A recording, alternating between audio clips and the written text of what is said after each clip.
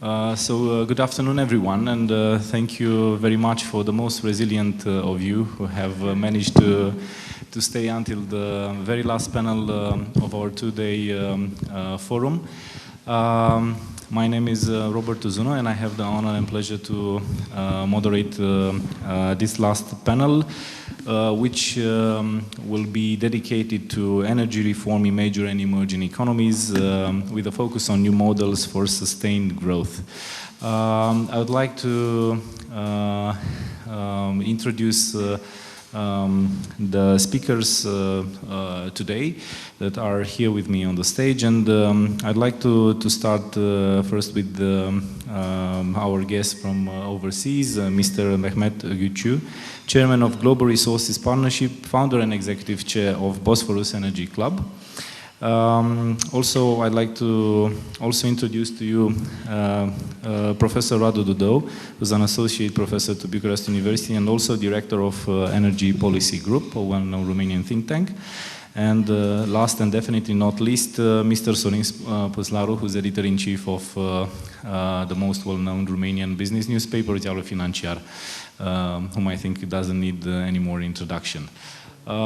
Without any further ado, I'd like to, with your permission, to get directly to a brief description of our today's focus on the panel. And I'm pretty sure that after 2 long days of extensive discussions, apparently most of the subjects must have been touched by now. However, I like to think that the topic that we are trying to cover today was or is built in a way that it could have been very well the beginning of the forum rather than at the end of the forum. And this is because, as the title says, energy reform in major and emerging economies, I have to say that it tends to be a topic that overlaps with the overall discussion with regard to where the global economy is going. And we all know that energy and finances, the blood and the backbone system of the global economy, and any regional and individual economies are something that we need to focus our attention in the years to come, because we are definitely passing through times of that have been duly dubbed as a game changer at global level.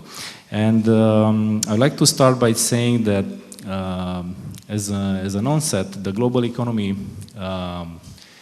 is likely to see the United States increasingly challenging Russia as an energy exporter, given the fact that we've all seen United States changing a long-standing policy and becoming an energy exporter lately for reasons that we all know by now, with regard to definite increase in US crude oil output and also US gas. However, we all know that the infrastructure that would allow US to export this supplementary energy output is not well developed and is still actually under development, including the famous LNG structures. And at some point I realized that if you look at the combined slower growth in world energy demand with the rising availability of renewable power, which was also one of the topics of our forum, represent important shifts, I would say, on the market. If you couple the limitation of US delivery routes to Europe with the situation that I just described, basically leaves European Union member states in a position that they have to use energy overcapacity in order to supplement demand in a neighboring state, for instance. Normally you'd expect this to increase the competition on an energy market that we know is yet to be centrally regulated, and also with regard to energy security and the development of the gas market, I would say that this also creates opportunity for European gas market to grow.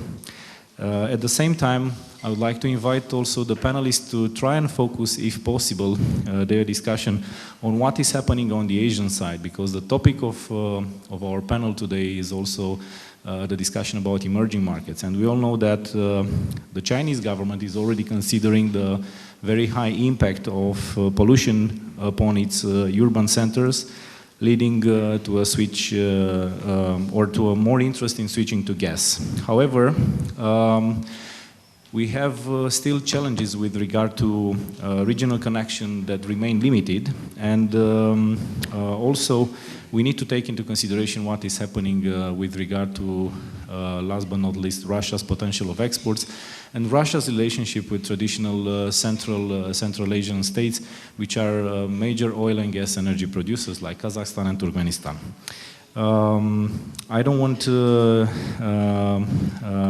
to extend too much the introduction, but I would also like to remind you that quite recently Rosneft reiterated its intention to keep hydrocarbon production stable over the next years.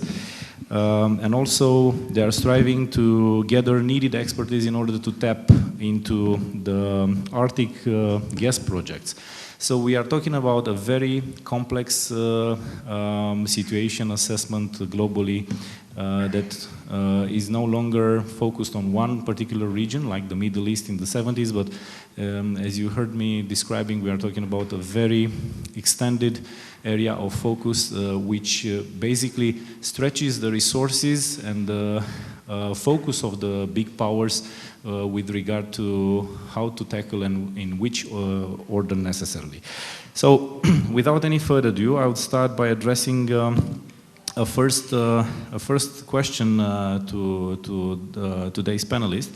And the first one would be, what do you think is the potential impact of a switch in the business model of Russian energy companies from a low volume, high price approach to a high volume, moderate price one? And what do you think are the economic prerequisites for this to happen as well? And with your permission, I would like first to ask Mr. Ögücü to take on this first question. Thank you.